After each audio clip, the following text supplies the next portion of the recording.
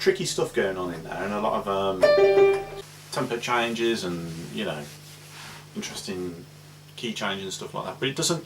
It's not a hard listen. Most people would appreciate that after 3 listens, I'd say. Yeah. Not particular prog heads. I'm saying most people. Yeah. Most normal people. If you're into X Factor and things like that, then probably not. If obviously if you're a muso-y person generally, not particularly a prog person, then obviously you would get something out of this eventually. Yeah. I don't know. I think the thing that stops me saying it is a massive. I was quite surprised you say you think they've gone heavier. I actually think they've gone a little bit lighter. That's interesting. So you think this is an easier listen than Octopus? Yeah. Goodness me. Yeah. It's certainly a popular one. That is curious.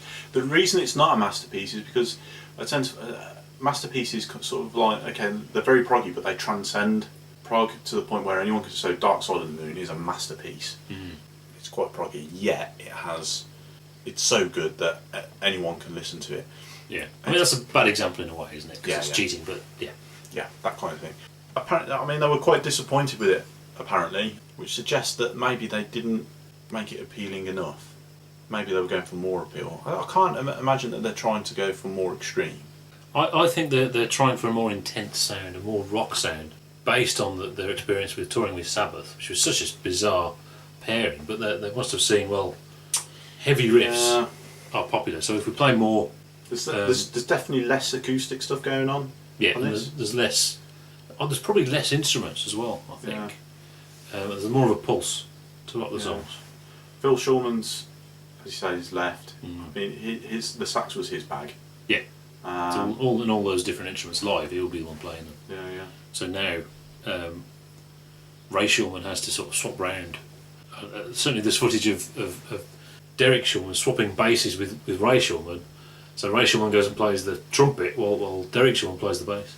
So there was obviously a bit of a difficulty, but they didn't want to replace him, which is also interesting. Maybe they were trying to put a marker down saying, look, we can do this without Phil. Because obviously Phil was a big part of that, and there would be question marks over whether they could continue without him. Yeah. It sounds like the record company weren't convinced. No, they weren't convinced. There was a question mark, and when they listened to the record, sort of saying, "Wow, no, you can't do it." Which is strange that this, it's become one of their most popular albums. Yeah, and it does seem strange that the record company would do that in 1973. Yeah. Particularly 1973. I mean,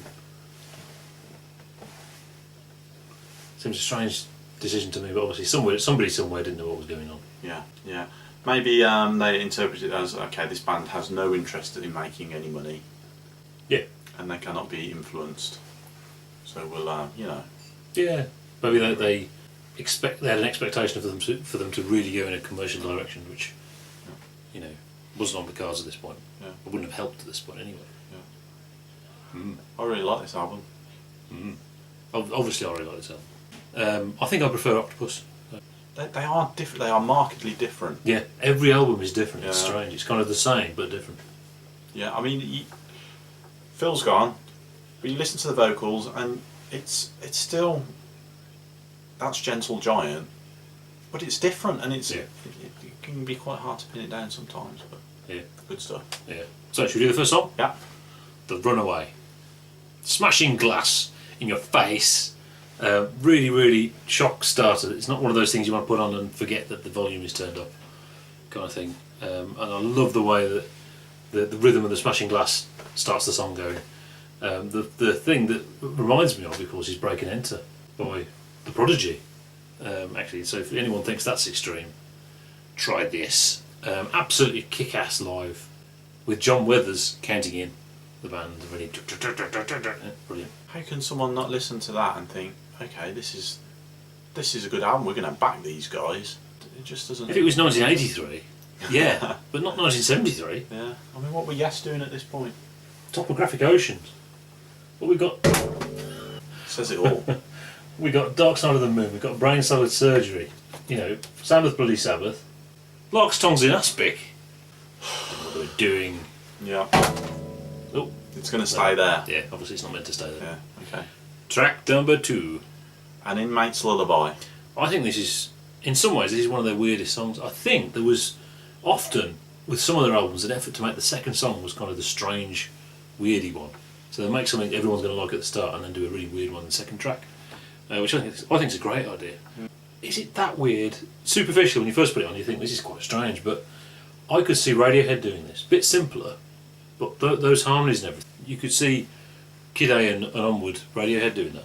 That's actually something else we should remember. I think the harmonies on this album are better than they are on The hard agree. Yeah, they're very good. Yeah, it's good. This is what I mean. I mean, there is that weirdness there, but it's accessible, so it doesn't sound offensive to the ear. It doesn't. Your ears don't need calibrating for it, if you know what I mean, or it doesn't need as much calibration as something that's completely out there. I think it's much more cutting. I think it's cutting your face with the sound of. Yeah. I like having my face cut there, so it's okay. Track 3. Way of Life. Way of Life. We're actually following the same structure as Octopus here. Interesting. In the third track, just like Cry for Everyone, it's a rock song. And it's a rock song with a riff, but with a very sort of unmelodic vocal line, which I really like. Can't quite explain why, but I really like. Yeah. It's another standout on the album because it's different. Yeah. Track 4. Experience. I think this is much more like Octopus and much more sort of chamber music-y, but there's still a pulse to it as well. Good. Yeah, good track. I like it as well. Very good. Track 5. A reunion. Yeah. Proper Renaissance. It's proper Renaissance, this one. Yeah, I think this. I mean, you talk about middle class and working class music. I think this is where the middle class comes from. Yeah, there will be a perception of... Yeah, straight rock is obviously blues based, which is a very working class source of music. Anything that's going to have like chamber music or classical structures, is obviously going to be perceived as middle class. Yeah, and being cultured and all that stuff. That's where it comes from, I think. Yeah, whereas in fact it isn't. They're just working class musicians. Yeah, very good musicians. I mean, they're all really top form for this album. Track number 6, please. In a Glass House. I think this is the best thing on the album. Really fusiony. We're moving towards fusion now. I don't think maybe you would have necessarily worked that out at the time, but we can see that we're moving in a fusion direction. Just like the last song on Octopus, in that it's fusiony, but I think this is more so electric violin, things like that. I think this will be the track to win people over, this one. I think more than the opening track. Yeah, I mean, it is widely regarded as a big one, yeah. Yeah. And there are some...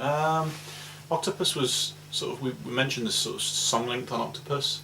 Yeah. They're quite short. I think they're a little bit longer on this. Yeah, they are a little bit, yeah. We've only got 6 proper tracks. But this feels like the one. Yeah. Very Jethro Tull in places, this one. We should mention the coda at the end, which is the little samples of each song before it finishes. I thought that was great. Good stuff. So, what do we rate it? How is it rated? Well, we gave Octopus 5 eggs, didn't we? We did. Yeah. You like Octopus more than this. I'm going to say 4 eggs for this one. See, I think I wavered between 4 and 5 eggs.